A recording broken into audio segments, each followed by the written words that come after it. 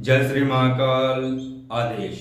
तो काफी साधकों के फोन आ रहे थे और क्या है कि वो जो वर्तुल साधना ग्रुप था, अघोरी, कालका और मसान, इन तीन शक्तियों की साधना हेतु जो ग्रुप बनाया गया था गुप्त साधनाएं करके, तो वो ग्रुप बंद कर दिया गया है। बंद तो नहीं किया गया है लेकिन उसको आगे नहीं बढ़ाया गया। तो जब कुछ लोगों को सीखना था तो उन लोगों के फोन आ रहे थे, क्योंकि बात यह है कि बहुत न्यूनतम राशि रखी गई थी उस पेड ग्रुप की। तो जो साधक सीखना चाहते थे तो वो अब कॉल कर रहे थे, तो हमने तो एक दो बार मना किया कि नहीं अब कोई ग्रुप, क्योंकि ग्रुप बनाने में बहुत जिम्मेवारी होती है। वो साधना कर रहे हैं, रात्रि में भी वो मैसेज करेंगे, दिन में भी वो मैसेज करेंगे, उन सभी मैसेज का तत्काल में जवाब देना होता है, क्योंकि साधक वहां अकेला है। वो कहीं कोई गलती ना कर दे, किसी विधान में चूक ना कर दे, किसी सामग्री में कोई गड़बड़ ना हो जाए तो उसके क्या है दुष्परिणाम हो सकते हैं। इसलिए ग्रुप बनाना थोड़ा जटिल कार्य है, तो इसीलिए नहीं हम बना रहे थे। लेकिन लगातार जो कॉलें आ रही थी, इसके लिए एक नवीन ग्रुप बनाया जा रहा है और ये ग्रुप बहुत अपग्रेड है। इतना अपग्रेड है कि जितनी भी साधनाएं मैंने YouTube पर आप सभी को वीडियो के माध्यम से दी हैं, उन सभी साधनाओं में से कुछ साधनाएं जो तीक्ष्ण हैं और जो भ्रमजाल फैल रहे हैं, इन भ्रमजालों को तोड़ने के लिए वो सभी साधनाएं, क्योंकि जो स्वर्ण आकर्षण भैरव साधनाएं, देखिए बात यह है कि वीडियो के माध्यम से वो सभी चीजें नहीं बताई जा सकती। बताना मैं चाहता हूं, ये नहीं है कि छुपाव है उसमें, लेकिन इतना बड़ा स्त्रोत मैं वीडियो के माध्यम से नहीं दे सकता हूं जैसे स्वर्ण आकर्षण भैरव जी हैं। तो मंत्र जाप आप करेंगे, लेकिन अगर स्तोत्र नहीं करेंगे तो उसके लाभ कम प्राप्त होंगे। और फिर जब आप एक प्रोफेशनल तरीके से, सही तरीके से उसको करते हैं और कोई कराने वाला आप पर नजर रखे होता है, तो फिर उसके परिणाम बहुत अलग आते हैं, उसके प्रतिफल, उसके लाभ बहुत अलग आते हैं और बहुत ज्यादा हो जाते हैं। और अगर आप ऐसे बता दी और फिर आप करते हैं तो उसमें आपको कोई प्रश्न पूछना है तो फिर केवल आप इंतजार ही करेंगे, या तो आप कमेंट करेंगे या आप हमें व्हाट्सअप करेंगे। अगर समय नहीं होगा तो नहीं देख पाते हैं। लेकिन जब ग्रुप बनता है तो ग्रुप को देखना हमारी जिम्मेवारी होती है। सुबह, शाम और रात्रि 12 बजे तक, जब तक साधक जाप करते हैं तब तक देखना पड़ता है। तो यही विचार है कि कुछ ऐसा ग्रुप बनाया जाए जिसमें 3 भैरव और माता काली के 3 स्वरूप की साधना कराई जाए। और तीनों स्वरूपों की, तो मां काली के जो 3 स्वरूप होंगे तो वो ऐसे स्वरूप होंगे कि अगर आपकी पात्रता रही और आप पर कृपा रही मां काली की, तो आप ध्यान के माध्यम से भी उनसे मार्गदर्शन ले पाएंगे। और भैरव जी के जो 3 स्वरूप हैं, तो उन 3 स्वरूपों की अपनी अपनी तीक्ष्णता रहेगी, अपने अपने प्रयोग रहेंगे, वो सभी कुछ आप सीख सकते हैं। तो कोई भी नकारात्मक ऊर्जा, कोई भी व्यक्ति अगर ऐसे साधक को परेशान करता है तो ये सब शक्तियां स्वयं ही उसकी रक्षा करती हैं, वो स्वयं ही उन सभी समस्याओं का निराकरण कर देती हैं। और इस ग्रुप में जैसे मैंने बताया था कि 32 या 35 मंत्र हैं जो रावण ने भी किए, महाबली रावण ने भी किए, काल महाराज ने भी किए, श्री राम जी ने किए, और कामदेव ने किए, और महादेव ने किए, ब्रह्मा जी ने किए, विष्णु भगवान ने किए। सभी बड़ी शक्तियों द्वारा भी उनका गोह काली का जाप किया गया है। तो ऐसे कुछ विशिष्ट मंत्रों को दिया जाएगा और ऐसे विशिष्ट मंत्रों को एक सही प्रक्रिया से साधना कराई जाएगी। और मां काली का प्राकट्य कब हुआ, तो महाकाली का प्राकट्य हुआ था तो कई जगह पौराणिक ग्रंथों में जब इसका उल्लेख है कि जब श्री राम और रावण युद्ध हो रहा था तो अष्टमी को मां काली युद्ध देखने आई थी, क्योंकि रावण भक्त था, वो मंत्र का जाप कर रहा था और जाप करने के बाद वो युद्ध करता था रोज।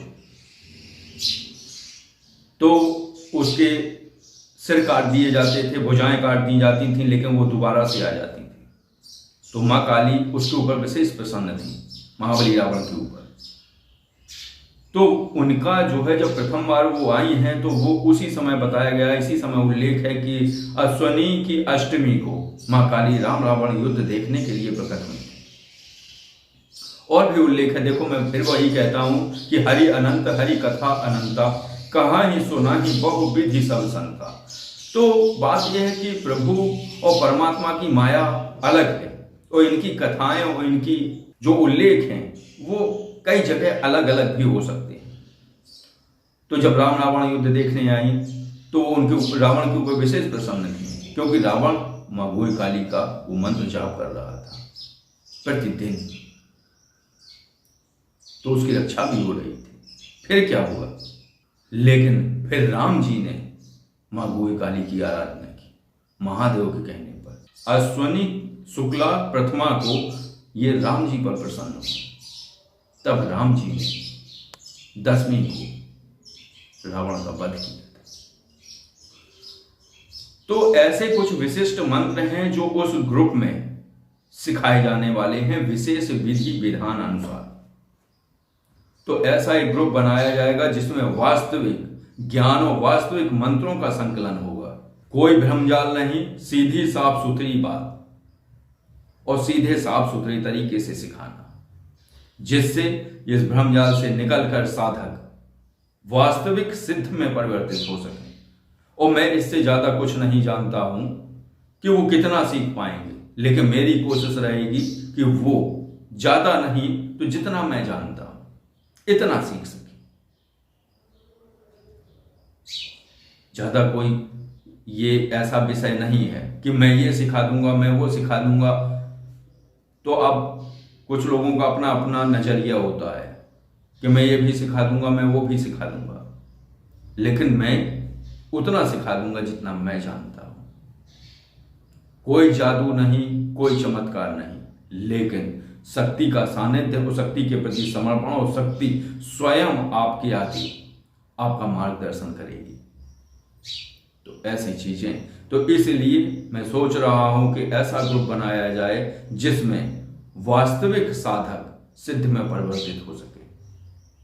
और एक चीज और है कि जो पात्र नहीं है वो नहीं जुड़ पाएंगे, क्योंकि पात्रता होनी भी बहुत आवश्यक है। और इस पर कार्य चल रहा है और इस पर विशेष विचार विमर्श चल रहा था काफी दिनों से, इसीलिए कोई ग्रुप नहीं बनाया जा रहा था। लेकिन ये जो विचार विमर्श है, जो रूपरेखा थी, वो अंतिम चरण में है।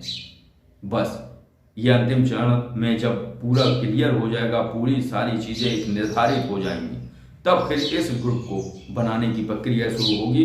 और किन किन शक्तियों को और किन किन शक्तियों के कौन कौन से मंत्रों को सम्मिलित किया जाएगा, क्योंकि एक पद्धति होती है, तो एक पद्धति का एक सिलेबस होता है। ऐसा नहीं होता है कि मुंह उठाया कहीं से भी कोई भी शक्ति का एक मंत्र यहाँ रख दिया, उस शक्ति का फिर सामंजस्य होना जरूरी है। जैसे योगेश्वर पद्धति में, योगेश्वर पद्धति में महाकाली साधना के बाद प्रथम चरण शोधनी साधना थी। क्यों थी? प्रथम चरण शोधनी साधना के माध्यम से व्यक्ति फ्रीक्वेंसी ले सकता है वो साधक, लेकिन अगर कोई प्रचंड शक्ति हुई तो कोई फ्रीक्वेंसी शोधनी देवी नहीं दे पाएंगे। वो महाकाली की ऊर्जा से पोषित होती हैं और उनकी ऊर्जा, उनकी पावर मिलने के बाद ही वो उन प्रश्नों के उत्तर खोज पाती हैं। क्योंकि अगर प्रचंड शक्ति है तो शोधनी देवी नहीं जाएंगी प्रथम चरण।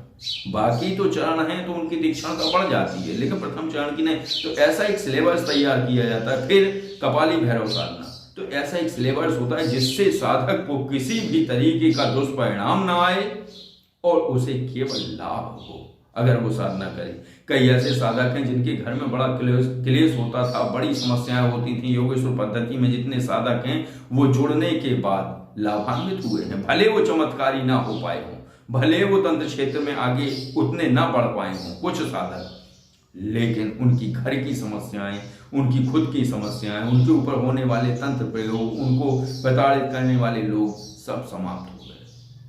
तो बस ऐसे ही सिलेबस तैयार किया जाता है। तो ये अंतिम चरण में है, इस पर सारी प्रक्रियाएं चल रही थी और चलने के बाद जो भी अब आगे होगा तो इसमें वीडियो के माध्यम से आप सभी को अपडेशन दिया जाएगा। तो उस तरीके से फिर भी मैं वही कहूंगा कि पात्रता होने पर ही सुलभता प्राप्त होती है। अगर पात्रता होगी तो निश्चित रूप से आप इस क्षेत्र में आगे बढ़ पाएंगे और जुड़ पाएंगे। तो बस यही थी जानकारी। तो जो साधक लगातार फोन कर रहे थे, मैसेज करते थे कि गुरुजी कोई ऐसा ग्रुप बनाइए जो कम राशि में हो, बहुत कम राशि में, न्यूनतम राशि में, तो न्यूनतम राशि का एक ऐसा ग्रुप बनाया जाएगा कि जो एक गागर में सागर जैसा होगा, एक घड़े में संपूर्ण सागर, एक छोटी राशि, न्यूनतम राशि में वो सभी चीजें, वो सभी प्रयोग, वो सभी प्रक्रियाएं आप सीख सकें। आज की जो जानकारी है वो आपको कैसी लगी, तो आप वीडियो को लाइक करिए और आप कॉल-मी-4 से भी जानकारी ले सकते हैं किसी आध्यात्मिक विषय पर। और अगर आप किसी साधारण विषय पर चर्चा करना चाहते हैं तो ये जो नंबर स्क्रीन पर दिया जा रहा है, इस पर आप जो है कॉल और व्हाट्सएप द्वारा जानकारी ले सकते हैं। आदेश। जय श्री महाकाल।